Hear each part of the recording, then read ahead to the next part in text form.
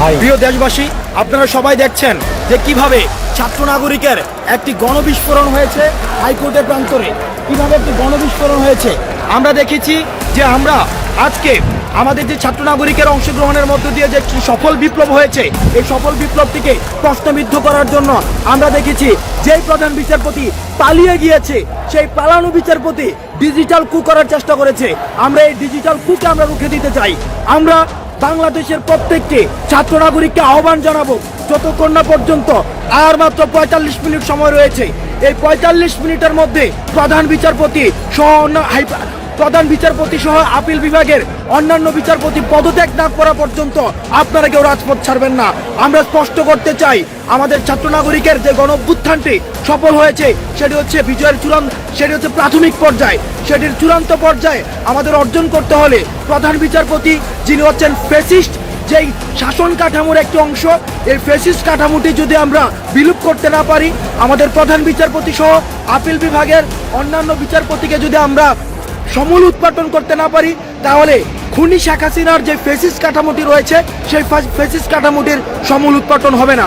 সেজন্য আপনাদের প্রতি আহ্বান থাকবে, আপনারা আপনাদের যার যার নিজস্ব জেলায় যে জজ কোর্ট রয়েছে এই জজ কোর্ট ঘেরাও করুন, এবং যারা ঢাকাবাসী রয়েছেন আপনারা হাইকোর্ট অভিমুখে আপনারা লং মার্চ কর্মসূচি পালন করুন। এবং আজকে এই যে আমাদের সুপ্রিম কোর্টে ছাত্র এবং নাগরিকের অংশগ্রহণে লুকারণ্য হচ্ছে, আমরা প্রধান বিচারপতিকে এবং আপিল বিভাগের অন্যান্য বিচারপতিদেরকে আমরা সাবধান করে দিতে চাই, আপনারা ছাত্র নাগরিকের এই পাস নিয়ে আপনারা খেলবেন না, পিলু পাসিং আপনারা করবেন না। আপনারা স্বৈরতন্ত্রকে ছাত্র নাগরিক হটিয়েছে এবং স্বৈরতন্ত্রের আপনারা যে এক্সটেন্ডেড ভার্সন, এই এক্সটেন্ডেড ভার্সনকে আপনারা ছাত্র নাগরিক দেশ থেকে হটাবো। আর মাত্র ৪০ মিনিট সময় রয়েছে, এই ৪০ মিনিট সময়ের মধ্যে যদি আপনারা পদত্যাগ না করেন তাহলে আপনাদের বাসভবন ঘেরাও করা হবে। কাকরাইলে বিচারপতিদের যে বাসভবনটি রয়েছে সেটিকে ঘেরাও করা হবে। সুতরাং এখন সবাই হাইকোর্ট অভিমুখে আপনারা লং মার্চ করুন। হাইকোর্ট অভিমুখে ঢাকাবাসী যারা রয়েছেন আপনারা সবাই হাইকোর্ট অভিমুখে লং মার্চ করুন।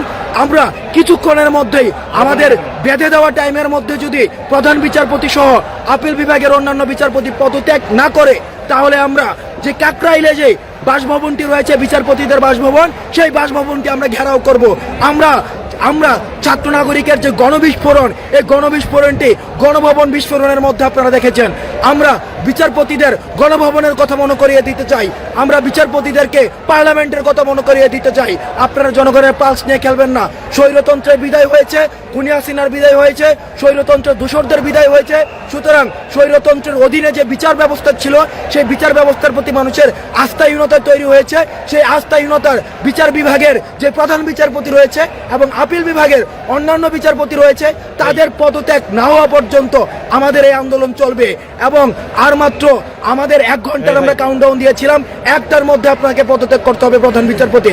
আমরা ইতিমধ্যে খবর পেয়েছি প্রধান বিচারপতি পালিয়ে গিয়েছেন। আমরা এই যার মনস্তত্ত্ব দুর্বল, যার নীতিকে ফেস করার কোনো ধরনের প্রভাব নেই, যার যোগ্যতার প্রশ্নে এক ধরনের আপোষ রয়েছে, তিনিই পালিয়ে যান। সুতরাং তিনি যেহেতু পালিয়ে গিয়েছেন, সুতরাং তিনি পদত্যাগ করে তিনি পালিয়ে যান, তাতে বাংলার মানুষের কোনো সমস্যা নেই। সুতরাং 1 ঘন্টার মধ্যে আমাদের বেঁধে দেওয়া টাইমের মধ্যে প্রধান বিচারপতি সহ আপিল বিভাগের অন্যান্য বিচারপতিরা আপনারা অবশ্যই পদত্যাগ করবেন। এবং বাংলার ছাত্র নাগরিক যারা রয়েছেন আপনাদেরকে আহ্বান জানাচ্ছি, আপনারা সবাই রাস্তায় নেমে আসুন। আমি আপনাদেরকে এখানকার চিত্রটা একটু দেখাতে চাই।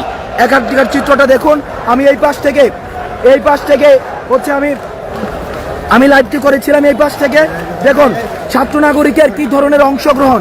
আজকে গণবিস্ফোরণ ঘটেছে ছাত্র নাগরিকের, অর্থাৎ ছাত্র নাগরিক রাস্তা থেকে যায়নি, ছাত্র নাগরিকের এক ধরনের গণবিস্ফোরণ ঘটেছে।